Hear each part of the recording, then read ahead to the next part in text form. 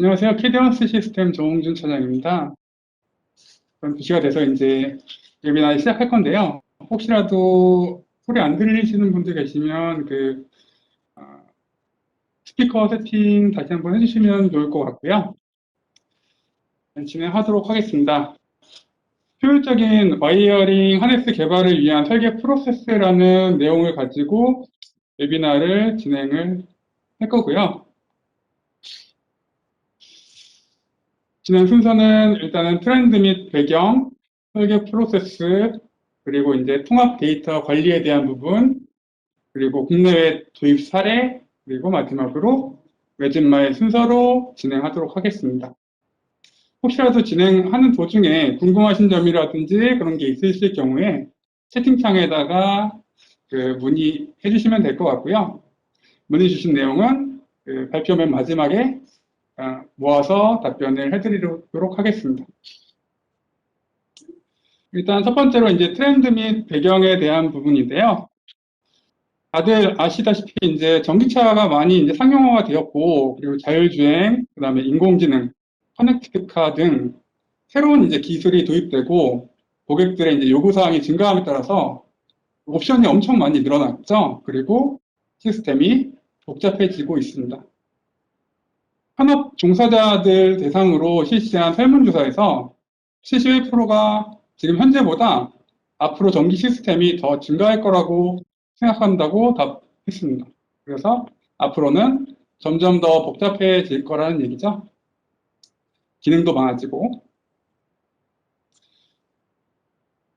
시스템이 복잡해질수록 설계 시 우리가 검토해야 되는 사항이 늘어나고 수정 사항 역시 늘어날 수밖에 없습니다.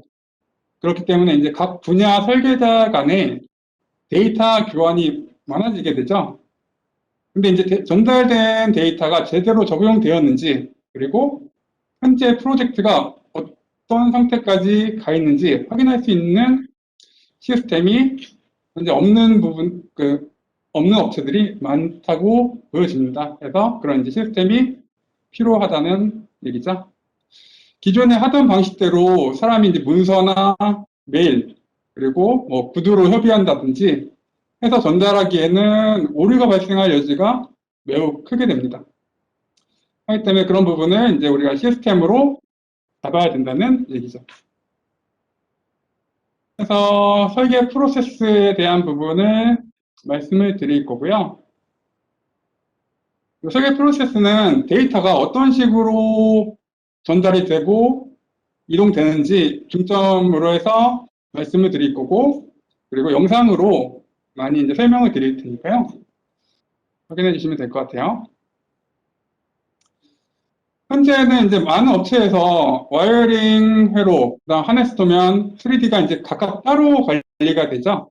그리고 각 프로그램별로 인터페이스가 되지 않기 때문에 데이터가 각각 이제 단절돼서 존재하게 됩니다.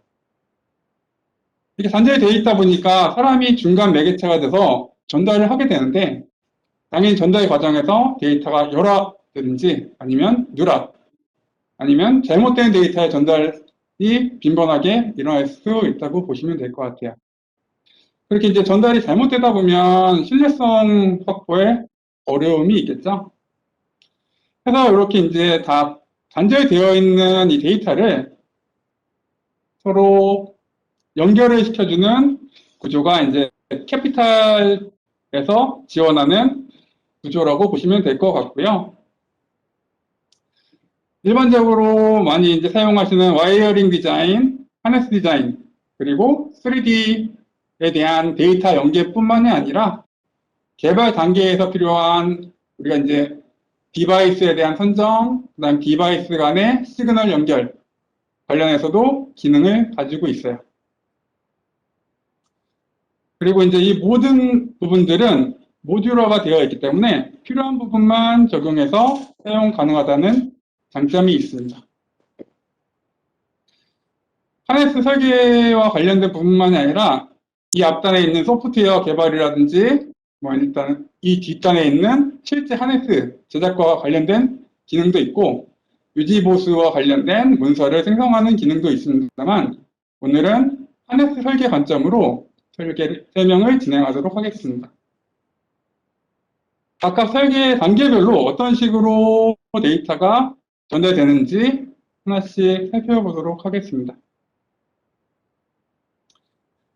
제일 처음으로 우리가 이제 요구 사항에 맞는 기능을 실현하기 위해서는 거기에 맞는 디바이스를 선정하고 각 디바이스 간의 시그널이라든지 전원, 통신을 어떻게 연결할지 설계하는 이제 시스템 디자인이 선행되어야 됩니다.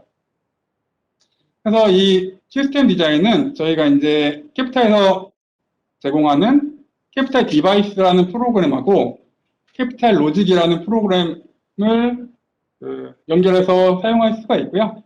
이 부분에 대해서 영상을 보면서 설명을 드리겠습니다.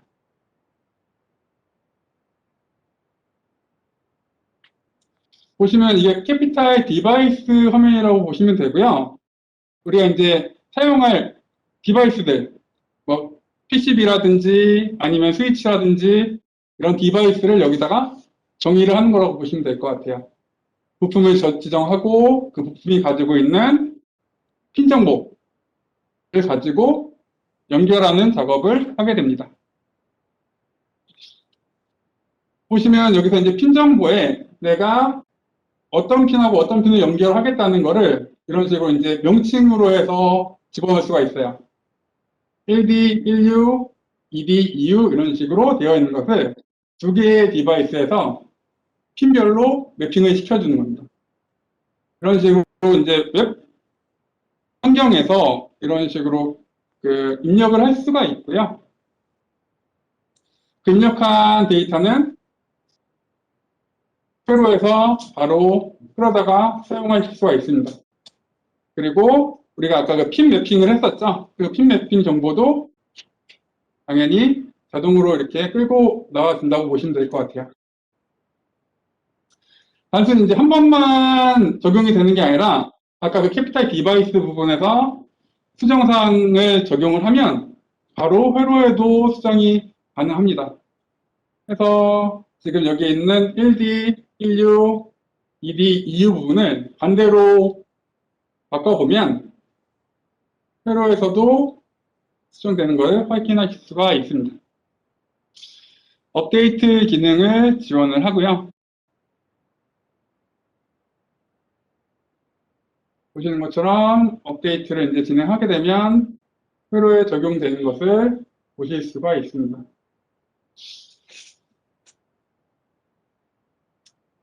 그래서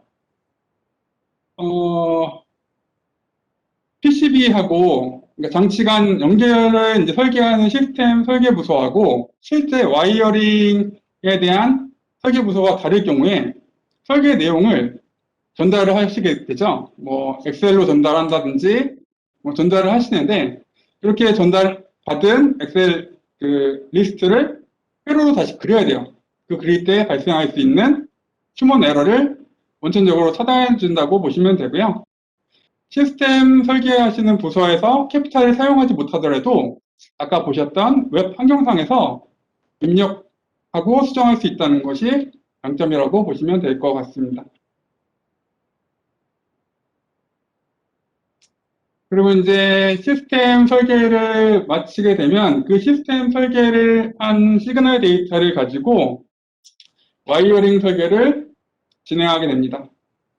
와이어링 설계에서는 아까 그 시스템 설계에서 빠졌던 커넥터라든지 와이어에 대한 스펙을 지정하는 설계를 진행하게 되고요. 아까 그렸던 그 시스템에서 그 데이터를 복사해서 와이어링 도면을 작성하게 됩니다. 기존에 이제 만들었던 시스템 설계를 기반으로 만드는 거기 때문에 당연히 똑같은 도면에서 시작을 하겠죠. 보시는 것처럼 이제 그 시그널 회로를 와이어 회로로 바꿔주는 거로 보시면 되고요. 각 장치에 들어가는 커넥터들을 생성을 해주고 와이어에 대해 이제 그 스펙을 지정해주는 작업을 하게 됩니다. 지금 시스템 디자인하고 와이어링 디자인이 똑같은데 왜 두 개를 나누냐라고 생각하시는 분이 계실 수 있는데, 와이어링 도면은 여기서 끝나는 게 아니죠. 여기에 이제 인라인 커넥터가 들어간다든지 스플라이스 등 이제 추가적으로 들어갈 게 엄청 많아요. 그게 많이 들어감으로 인해 가지고 회로가 엄청 복잡해지게 되겠죠. 그랬을 때 우리가 장치 대 장치 간에 어떤 식으로 시그널이 연결됐는지 확인하려면 그 도면에서는 확인하기가 힘들어져요. 복잡하니까. 그래서 그런 부분들은 아까 우리가 했던 시스템 설계 쪽에서 쉽게 확인할 수 있다는 장점이 있습니다. 그래서 두 가지로 관리한다고 보시면 될 것 같아요.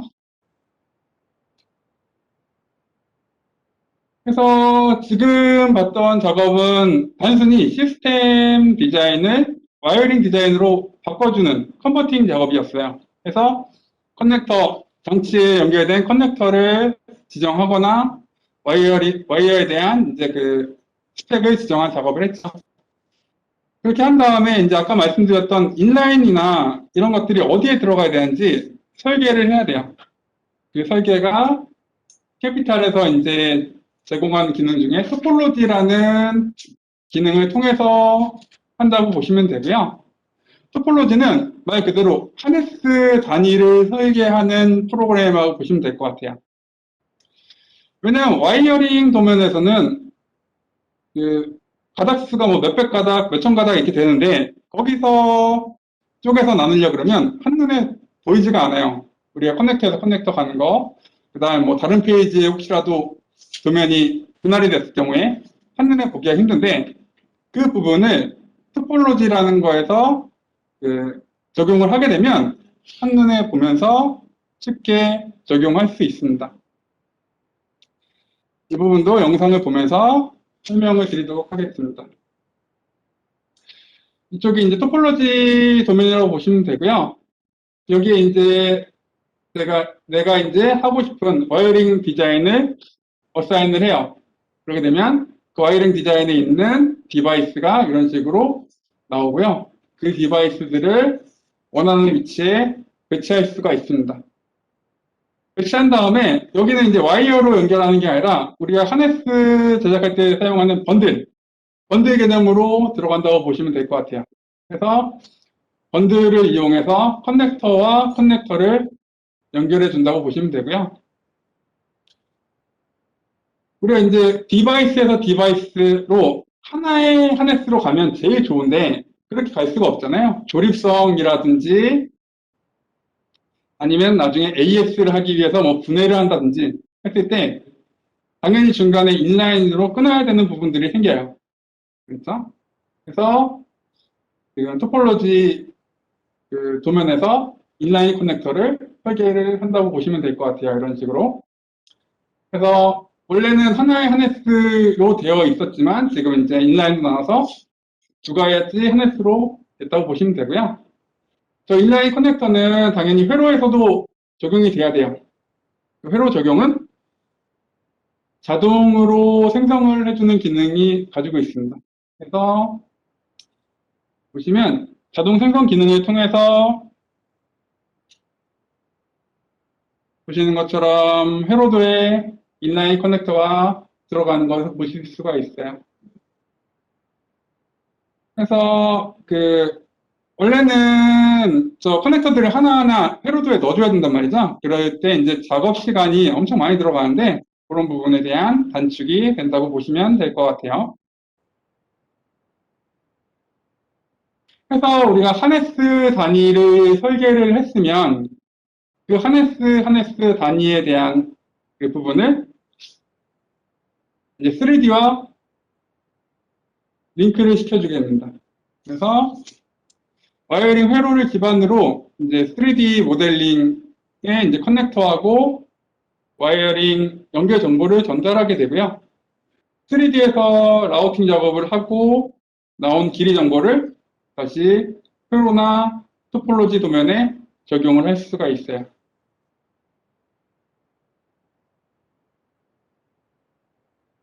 여기 사용되는 프로그램은 NX고요. 보시면 NX 같은 경우에 자동으로 직접 연결해서 사용을 할 수가 있어요. 우리 캐피탈하고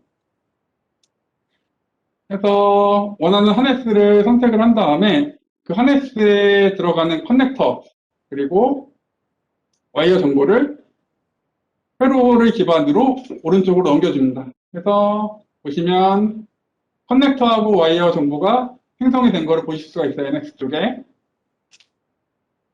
이 정보를 NX 모델링에 자동으로 할당을 하게 됩니다. 이 할당은 이름 기준으로 할당된다고 보시면 되고요. 지금 NX에서 선택하면 우리 그 페로도에도 똑같이 이제 크로스로 선택이 되는 거 보실 수 있고요. 라우팅 작업을 하게 되면 3D 상에서 두께 정보가 입력이 되죠. 그래서 실제 번들이 어느 정도 두께를 가지고 있는지 3D 상에서 나오기 때문에 기구 간섭이라든지 공률 반경을 체크해서 설계상 문제가 있는지 없는지를 확인할 수가 있습니다. 그래서 그런 부분이 된다고 보시면 되고요. 이제 3D에서 우리가 이제 라우팅 작업을 끝냈기 때문에 길이 정보를 가지고 있다고 말씀드렸죠. 왼쪽에 이제 회로도에는 길이 정보가 없어요. 원래는 0으로 되어 있죠. 하지만 3D상에는 이제 길이 정보가 가지고 있기 때문에 여기 보면 163 정도 나오죠. 이 정보를 와이어링 도면으로 인터페이스에서 가져올 수가 있어요. 버튼 한번 클릭하면 가져온다고 보시면 되고요. 이 정보를 어디다 쓰느냐? 과연 그러니까 회로도에 길이 정보가 있어서 뭐 하느냐? 라고 생각하실 수 있잖아요. 왜냐하면 우리는 하네스 도면을 가지고 하네스를 제작할 거니까. 하지만 이 3D에서 가져온 와이어링으로 가져온 길이 정보를 가지고 회로에서 전압 강화나 이런 것들을 계산할 수가 있어요. 길이를 가지고 있기 때문에 그 전압이 얼마나 드랍되는지를 어널리시스를 통해서 계산할 수 있다고 보시면 될 것 같아요. 그래서 3D에서 라우팅이 끝났기 때문에 아까 말씀드린 것처럼 길이 정보를 와이어링 도면에도 가져올 수 있지만 토폴로지 도면에도 마찬가지로 적용을 할 수가 있고요. 토폴로지 도면에서 적용을 하면 어떤 것이 되느냐? 지금 길이가 안 들어가 있죠? 2mm로 되어 있는데 이거는 이제 실제 그릴 때 나온 수치라고 보시면 돼요. 그래서 이제 3D에서 데이터 가져오게 되면 웨이트 부분이 나오죠? 그래서 하네스에 무게를 계산할 수 있어요. 와이어의 길이가 있고 와이어 선종이 있고 와이어에 대한 단위당 무게를 가지고 있기 때문에 거기에 대해서 계산을 할 수 있다고 보시면 되고요. 이 부분은 당연히 최종 하네스 무게는 아니에요. 왜냐하면 외장재하고 클립 등 이제 부자재는 빠져 있는 무게이기 때문에 최종 하네스 무게는 아니지만 우리가 초기 하네스 설계 단계에서 대략적인 무게 경향을 파악하는 데는 이걸로 사용할 수 있다는 얘기죠. 만약에 좌우 밸런싱이 중요한데 좌측에 이제 무게가 많이 실려가지고 에어리어별로 이제 무게를 판단하거나 이런 데 사용할 수 있다고 보시면 될 것 같아요. 그래서 보시면 이제 길이 정보가 들어왔고 아까 그 왼쪽에 있던 그래픽 보시면 파란 부분이 이제 와이어에 대한 무게가 이제 반영된 거로 보시면 될 것 같아요. 그래서 이런 용도로 사용할 수 있습니다. 그리고 나서 이제 우리한테 제일 중요한 이제 3D 모델 데이터를 가지고 하네스 도면을 내리는 작업에 대해서 설명을 드릴 거고요. 요거는 뭐 아주 간단합니다. 3D에 형상 정보가 있고 커넥터 정보가 있기 때문에 그 정보를 가지고 바로 자동으로 도면화를 해준다고 보시면 돼요. 그래서 설계자가 하나하나 그리는 게 아니라 자동 생성 개념으로 이제 작업을 하기 때문에 작업 시간이 엄청나게 단축이 된다고 보시면 될 것 같고요. 3D 데이터를 기준으로 그대로 가져오는 거기 때문에 신뢰성이 확보된다고 보시면 될 것 같아요. 그리고 나서 이제 그 하네스 도면을 완성을 했고, 그 도면에 이제 와이어링에 대한 정보가 없잖아요. 연결 정보는 와이어링이 가지고 있잖아요. 회로도에서. 그래서 회로도에 있는 연결 정보를 하네스 도면으로 동기화를 해줍니다. 동기화를 해주게 되면 자동으로 이제 그 커넥터 위쪽에 있는 이제 표에 어떤 와이어가 들어갔다라는 것들이 쭉 나오고요. 이거 외에도 이제 설계를 서포트해주는 많은 기능이 있는데, 그 와이어 그 게이지에 따라서 커넥터에 들어간 터미널 사이즈도 바뀌어야 되잖아요. 그런 부분도 그 데이터베이스가 제대로 되어 있다면 자동으로 선정을 해준다고 보시면 되고요. 그리고 우리가 이제 그 번들의 두께가 있기 때문에 번들 사이즈 대비해서 외장재를 또 선정을 해줘야 되잖아요. 그럼 외장재에 대한 사이즈도 자동 선정을 해준다든지, 아니면 그 스플라이스 위치를 번들에서 얼마만큼 떨어져 있는 위치에다가 넣겠다라는 그런 이제 룰을 주어서 자동 생성하는 부분도 가능합니다. 그리고 프로젝트에서 사용된 단종 부품을 체크해 주거나 하네스에 대한 BOM도 자동으로 생성해 준다고 보시면 될 것 같아요. 그래서 설계자가 설계함에 있어서 필요한 부분들을, 많은 부분을 서포트해 주신다고 보면 될 것 같아요. 그래서 이렇게 이제 하네스 설계까지 끝나면 설계 프로세스가 이제 끝난 거라고 보시면 되겠죠. 그래서 설계 프로세스는 여기까지라고 보시면 될 것 같고요. 다음으로 통합 데이터 관리라고 되어 있는 부분을 설명드릴 건데요. 이거 이제 PLM하고 인터페이스 하는 부분이라고 보시면 될 것 같아요. 캐피탈 단독으로도 BOM에 대한 관리, 제품의 릴리즈 관리, 변경 이력 관리, 양산품 이력 관리 같은 게 가능해요. 가능한데, 캐피탈하고 우리가 이제 3D, NX라든지 카티아라든지 이런 3D 프로그램을 같이 관리를 해야 되잖아요. 두 가지 이력을 통합해서 관리하려면 당연히 PLM 시스템이 필요합니다. 그래서 PLM과 연계를 할 수가 있고요. 이번 장에서 이제 PLM 연계를 중심으로 이제 설명을 드릴 거고요. 연계할 수 있는 시스템은 지멘스가 가지고 있는 팀센터뿐만 아니라 이노비아도 가능하다고 보시면 될 것 같아요. 그래서 PLM에 설계 데이터를 올리거나, 그다음 부품을 올리거나 내리거나 할 수 있고요. BOM도 PLM을 통해서 관리를 할 수가 있습니다.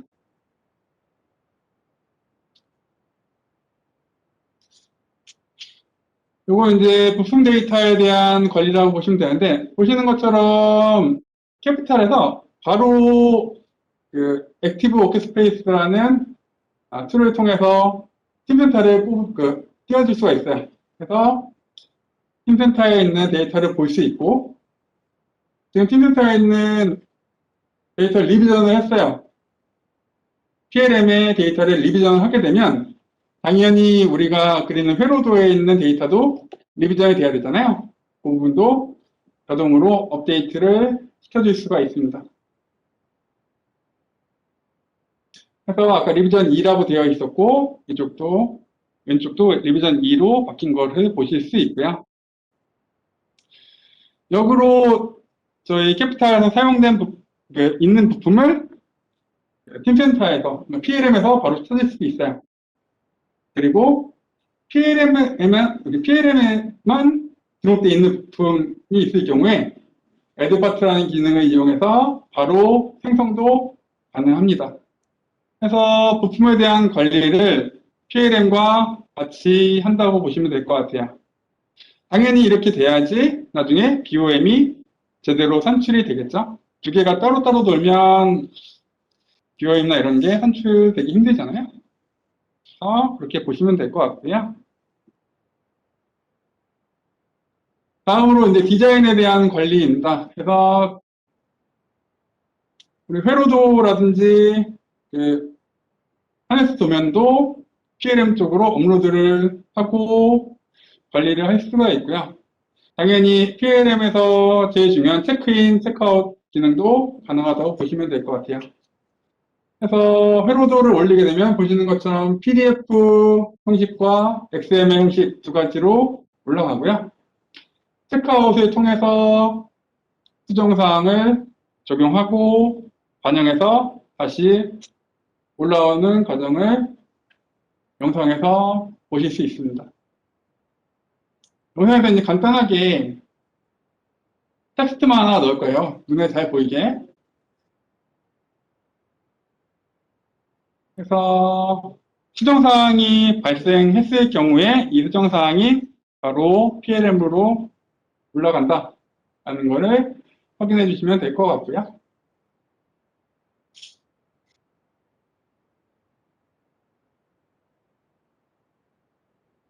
보시는 것처럼 PLM하고 연계해서 데이터에 대한 관리가 가능합니다. 오른쪽 화면에 보시면 이제 change라는 글씨가 들어갔죠? 그래서 바뀐 것을 보실 수 있고요. 마지막으로 이제 하네스에 대한 BOM을 PLM에 올리는 작업을 영상으로 보여드리는 거고요. BOM을 이제 올리게 되면 해당 한 번을 선택해서 보시면 그 하네스에 들어가는 모든 부품이 PLM 상에서 확인이 가능하다는 것을 보실 수 있습니다. 그래서 PLM하고 연계해서 사용을 하실 수 있다는 것을 보시면 될 것 같아요. 그리고 이제 도입 사례인데요. 국내외 그 업체들 도입 사례라고 보시면 되고요. 이 부분은 좀 이제 간단하게 보면서 넘어가겠습니다. 많이들 아시는 이제 벤츠라든지 아니면 GM, 테슬라 같은 경우도 그 캐피탈을 사용하고 있고요. 미국의 자동차 메이커인 이제 네비스타, 그리고 유럽의 이제 농업 건설기계 메이커인 CNH, 그 다음에 자동차 시트라든지 와이어링 하네스 제작을 하고 있는 리아 코퍼레이션, 케이블 생산하고 와이어링 하네스 제작하는 레오니, 그 외에도 이제 우주 항공 분야에서 많이들 캐피탈을 사용하고 있다고 보시면 되고요. 국내 도입 업체는 보시는 것처럼 현대자동차, 현대건설기계, 현대두산 인프라코어, GM, 카이, LG전자, 유라, 경신, THM, 한국단자, 아시아, 레오니, 세상전자, TYM 등 많은 회사들이 현재 도입해서 사용 중이라고 보시면 될 것 같습니다. 이 부분은 이제 도입한 업체들이 얘기하는 이제 도입하고 나서 이제 변화된 것을 정리해 놓은 거라고 보시면 되는데요. 도입 후 효과죠.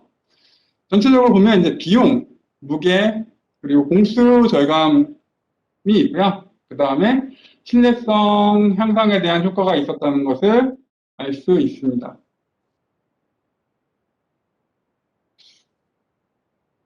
마지막으로 이제 정리 부분인데요. 앞서서도 말씀드렸지만 모든 데이터는 시스템을 통해서 단절 없이 모두 연계가 돼야 됩니다.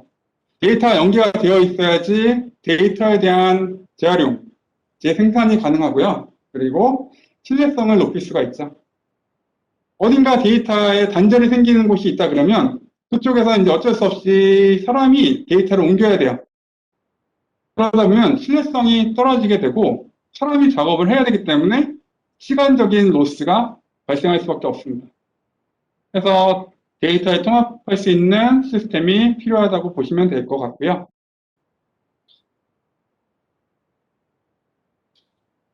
데이터 기반으로 한 시스템이기 때문에 많은 검증 기능을 가지고 있어요.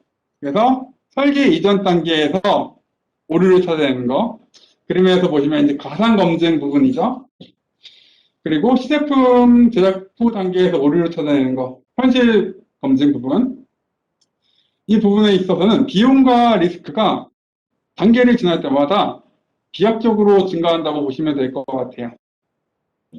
우측 하단에 있는 1대 10대 100이라는 룰이 있는데요. 이건 이제 페덱스에서 얘기한 품질 비용에 대한 법칙입니다. 1이라고 되어 있는 부분이 예방, 10이 평가, 100이 실패 비용이라고 하는데요. 예방 부분에서 오류를 찾아내서 수정을 하게 되면 일단 하면 되는 것이, 만약에 이제 실패 단계에 가서 발견이 되면 그의 100배에 해당되는 비용이 발생한다라는 얘기라고 보시면 되고요. 여기서 얘기하는 예방 단계가 저희 쪽에서 얘기하는 설계 전 단계라고 보시면 되고, 평가 단계가 시제품 검증 부분, 그리고 실패가 당연히 제품이 팔려서 나가서 이제 고객한테 갔을 때 발견이 되는 거라고 보시면 될 것 같아요. 그래서 예방 쪽을 강화하기 위해서 우리가 이제 데이터 기반 시스템으로 많은 검증을 해야 된다는 얘기를 지금 드린 거라고 보시면 될 것 같아요. 그래서 데이터 연계가 되는 시스템을 도입해야 된다고 생각을 합니다. 여기까지가 제가 일단은 준비한 내용이었고요. 혹시라도 질문사항 있으시면 채팅창에 올려주시면 답변 드리도록 하겠습니다. 감사합니다.